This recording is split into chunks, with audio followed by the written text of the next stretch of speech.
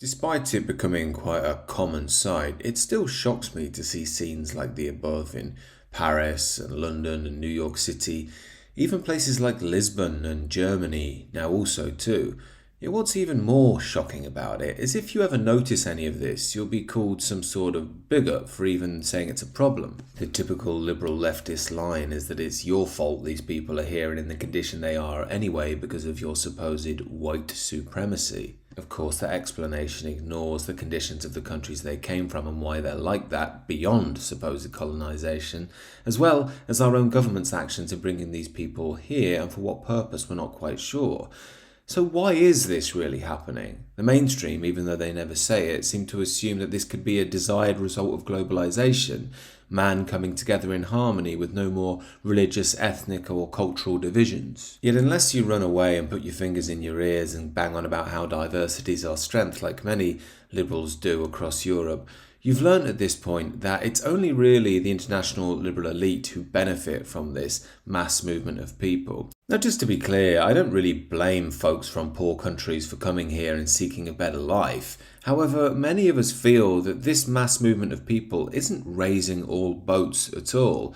It's sinking us all down into a third world state. And as I say, if you push back against any of it, they'll call you an ism or a bigot or whatever, or more recently, a colonizer. However, as many of us already knew, the wealth of Britain didn't really come from the colonies. A recent IEA book pointed this out. We all knew that after the Second World War, and the First World War too actually, we were pretty much bankrupt. Yet that many of our new arrivals and young people are being fed this line to use against anybody who questions the logic and rationality of the modern liberal order tells us something very important. What was once the philosophy of an edgy 18-year-old sixth former has now become the mainstream view of the liberal elite and many of our new arrivals. They think we owe them something. They think everything we have is simply due to stealing, theft and colonization. And this is a big problem because it undermines why certain countries are successful and others are not. Things such as social and cultural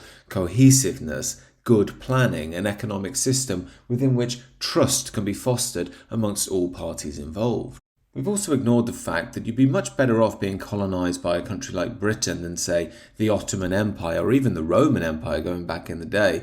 We essentially created the modern world. We grew in the game of empire that was worldwide and then fundamentally ended it. Now, I'm not claiming here that Britain is without sin, but I don't think we should hang our head in shame either. Far from it, in fact.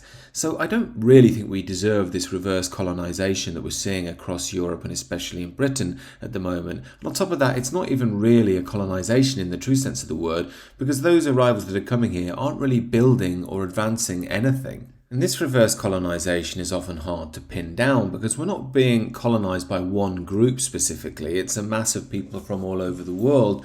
However, if there was one group that we're being colonised by, it would be the globalists themselves. A harsh reality for many of us that veer towards tradition is that the globalists have used the capitalist mechanism to essentially take total control. Yes, we have neo-Marxism in our universities that does the bidding of these people. It, livens up the blue-haired people and tells the migrants that we're all evil and they're all virtuous. However, behind the scenes, it's actually the market that's controlling things. This is what many leftists and those on the right don't seem to grasp. The real enemy of the captains of industry and the major capitalists is not the Marxists. It's actually those who believe in the nation state.